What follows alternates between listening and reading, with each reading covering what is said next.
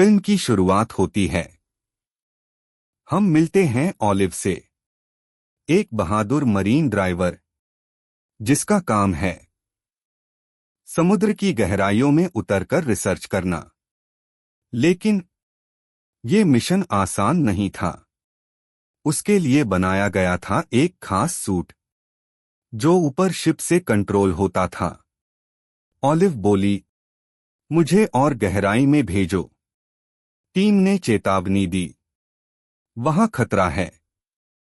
लेकिन ऑलिव जिद पर अड़ी रही और सूट को नीचे भेज दिया गया।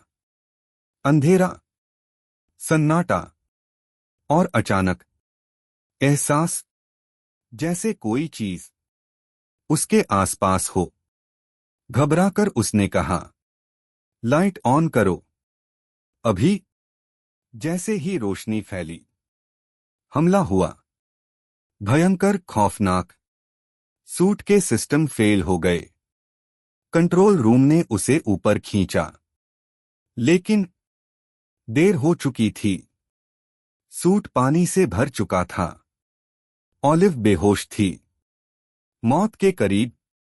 उसे बचा लिया गया, लेकिन जब पूछा गया, नीचे क्या देखा, ऑलिव कुछ भी याद नहीं कर पा रही थी। डॉक्टर ने कहा, उसे शॉर्ट टर्म मेमोरी लॉस हो गया है। कंपनी को भारी नुकसान हुआ और ऑलिव को निकाल दिया गया। लेकिन कहानी यहां खत्म नहीं होती। सूट पर मिला एक अजीब सा काला चिपचिपा लिक्विड, कुछ ऐसा जो किसी साधारण चीज का हिस्सा नहीं था।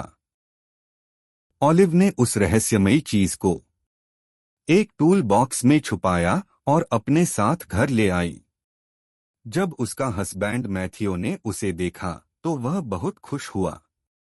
यहीं से हमें ऑलिव की पर्सनल लाइफ के बारे में पता चलता है। उसने अपनी लैब को साफ किया और उस ब्लैक कलर की अजीब चीज को देखने लगी। वो किसी अंडे जैसा लग रहा था, लेकिन उसके चारों ओर टेंटिकल्स भी थे। जैसे ही उसने उसे रोशनी में देखा, अजीब और अजीबोगरीब आवाजें आने लगीं। ये देखकर ऑलिव डर गई और उसने तुरंत उस क्रिएचर को छुपा दिया। असल में ऑलिव नहीं चाहती थी कि उसके हस्बैंड को पता चले कि वो किसी क्रिएचर को घर लेकर आई है। पूरा दिन ऑलिव और मैथ्यू साथ में बिताते हैं। लेकिन अगले ही दिन जैसे ही मैथ्यू ऑफिस जाता है, ऑलिव वापस अपनी लैब में जाती है। वहां उसने देखा कि चारों तरफ ब्लैक कलर का लिक्विड फैला हुआ है। अचानक उसे किसी रेंगने की आवाज सुनाई दी। जब उसने पीछे मुड़कर देखा तो वही क्रिएचर उस अंडे से बाहर निकल चुका था और अब लैब में घूम रहा था। ऑलिव ने उस पर टॉर्च की रोशनी डाली तो वो घबराकर पीछे हट गया। और वहीं ऑलिव को समझ आ गया कि ये क्रिएचर रोशनी से डरते हैं। शायद यही वजह है कि वो लोग समुंदर की गहराइयों में सरवाइव कर पाते हैं, क्योंकि वहां सिर्फ अंधेरा रहता है। लेकिन ऑलिव की जिज्ञासा और बढ़ गई। वो उसे और करीब से देखने के लिए आगे बढ़ी और उसके चेहरे पर रोशनी डाली। तभी क्रिएचर ने उस पर हमला कर दिया और उसके चेहरे पर काला चिपचिपा लिक्विड छोड़ दिया। ऑलिव ने खुद को छुड़ाने की बहुत कोशिश की और अपनी आंखें साफ करने की नामुमकिन सी कोशिश की। फिर उसने पूरा कमरा साफ किया और उस क्रिएचर को छुपाकर वहां से निकल गई। शाम को मैथ्यू ने ऑलिव के लिए एक सरप्राइज डिनर प्लान किया था। दोनों अच्छे से तैयार होकर बाहर गए और एक खूबसूरत शाम बिताई। लेकिन घर लौटने के बाद अचानक ऑलिव को ब्लैक कलर की उल्टी हुई। वो बेहद अस्वस्थ महसूस कर रही थी, लेकिन फिर भी उसने खुद को संभाला। लेकिन हैरानी ये थी कि उसने मैथ्यू की परवाह तक नहीं की। उसके दिमाग में सिर्फ और सिर्फ वही क्रिएचर था। अपनी सोचों से परेशान होकर सुबह होते ही ऑलिव ने अपने कलीग दारा को बुलाया और उसे वो ब्लैक क्रिएचर दिखाया। दारा ने कहा, ये कोई साधारण चीज नहीं, ये समुद्र का एक मॉन्स्टर है। इसे पहले भी देखा गया है। ये बहुत खतरनाक है। इसे घर में रखना सुरक्षित नहीं। बेहतर होगा कि तुम तुरंत इसकी रिपोर्ट करो। लेकिन ऑलिव अब कन्फर्म हो चुकी थी। ये एक मॉन्स्टर है। उसने उसे मांस खिलाने की कोशिश की। वो तरह तरह का गोश्त लाई, लेकिन कुछ भी काम नहीं आया।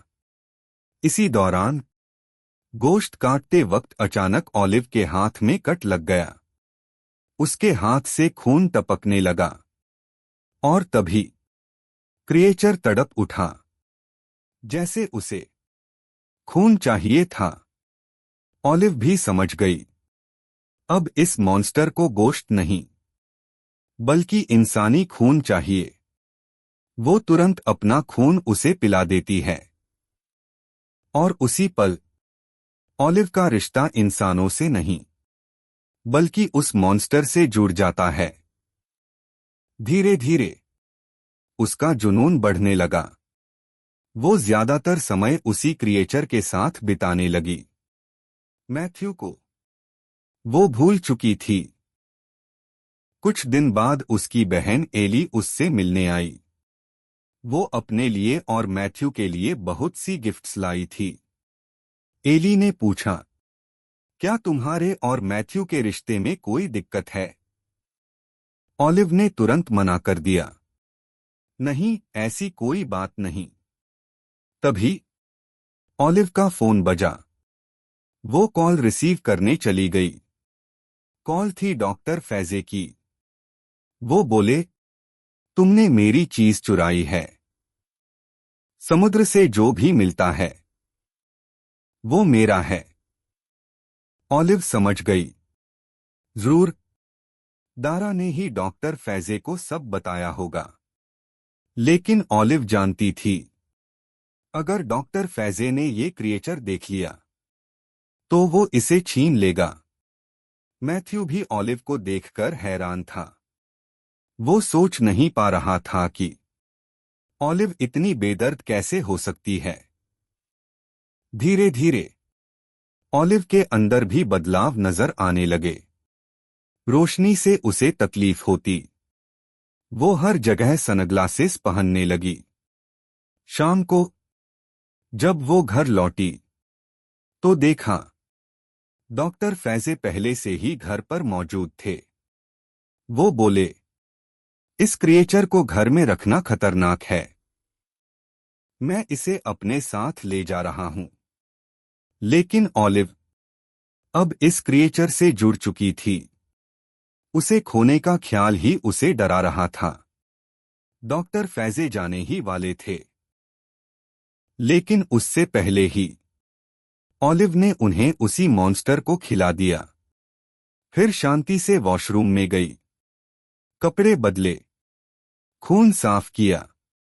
डॉक्टर फैजे की हड्डियां और कपड़े समुद्र में फेंक आई। लेकिन उसी कपड़े में उसे कुछ नोट्स मिले। और अब वो और भी सतर्क हो गई। ऑलिव के दिल में एक बार ये ख्याल आया कि क्यों न मैथ्यू को ही मार दिया जाए, लेकिन अगले ही पल उसने खुद को रोक लिया। आखिरकार मैथ्यू उसका पति था। सुबह होते ही ऑलिव दारा के पास जाती है, अपने गुलीक के पास। दारा उससे माफी मांगता है कि उसने गलत किया। ऑलिव उसे माफ भी कर देती है और दिखावा करती है कि अब उसे कोई प्रॉब्लम नहीं है। फिर वो दारा को अपने घर ले आती है। असल में ऑलिव दारा को बताना चाहती थी कि वो अब शहर छोड़कर जा रही है। इस पर ऑलिव ने बहुत ठंडा जवाब दिया, हाँ ठीक है, सबको ही काम करना चाहिए।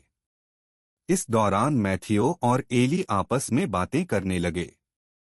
मैथ्यू बहुत परेशान था क्योंकि उस खैरियत में कुछ गड़बड़ थी।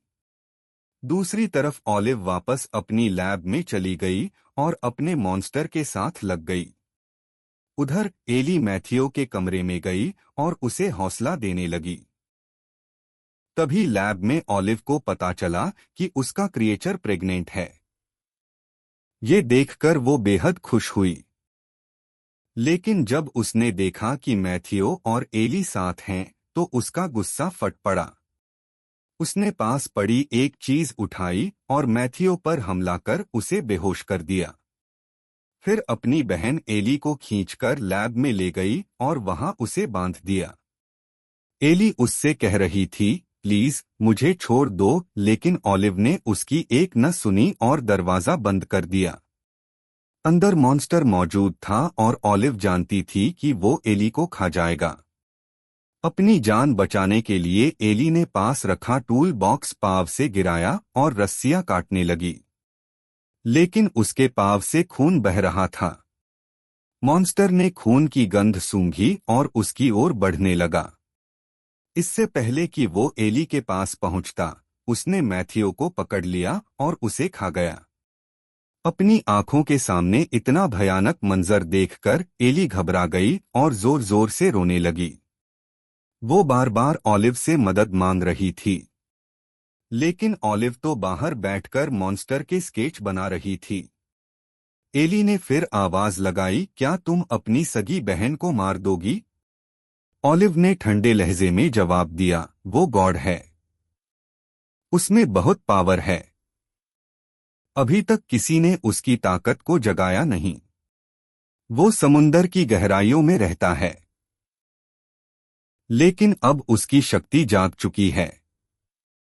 ऑलिव को पूरा यकीन था कि मॉन्स्टर किसी को भी मार सकता है, लेकिन उसे कभी नुकसान नहीं पहुंचाएगा, क्योंकि वही उसका ख्याल रख रही थी। लेकिन उसकी सोच गलत थी, क्योंकि ऑलिव के हाथ में मॉन्स्टर का अंडा था और जैसे ही उसने उसे पकड़ा, मॉन्स्टर बेकाबू हो गया। अचानक लाइट चली गई। अंधेरे में मॉन्स्टर और खतरनाक हो गया और कमरे में तेजी से घूमने लगा। एली समझ गई कि अंधेरे में मॉन्स्टर कुछ नहीं देख पाता। उसने तुरंत अपने पास मौजूद लाइटर जलाया और जोर जोर से आवाजें करने लगी। बाहर खड़ा एक आदमी उसकी आवाज सुनकर दरवाजा तोड़ता है। जैसे ही रोशनी अंदर फैली, एली की जान बच गई। उस आदमी ने भी अपनी आंखों से देखा कि मॉन्स्टर बड़ा सा मुंह खोले एली पर हमला करने वाला था। उसने फौरन पुलिस स्टेशन कॉल किया। पुलिस ने एली को रेस्क्यू किया और उससे मॉन्स्टर के बारे में सारी जानकारी ली। लेकिन जब उन्होंने मॉन्स्टर को पकड़ने की कोशिश की, तो वो कहीं मिला ही नहीं। कुछ दिनों बाद खबर आई कि बीच पर कई लोग अजीब तरीके से गायब हो रहे हैं। एली ये सुनकर घबरा गई और तुरंत बीच पर पहुंची। वहां उसने हैरान करने वाला मंजर देखा। रेत पर हर जगह मॉन्स्टर के अंडे बिखरे पड़े थे। यहीं पर उसे समझ आया कि अब असली तबाही शुरू होने वाली है। दुनिया पर खतरा मंडरा रहा है और इंसानियत का अंत करीब है। फिल्म यहीं पर एक रहस्यमयी और डरावनी एंडिंग के साथ खत्म होती है।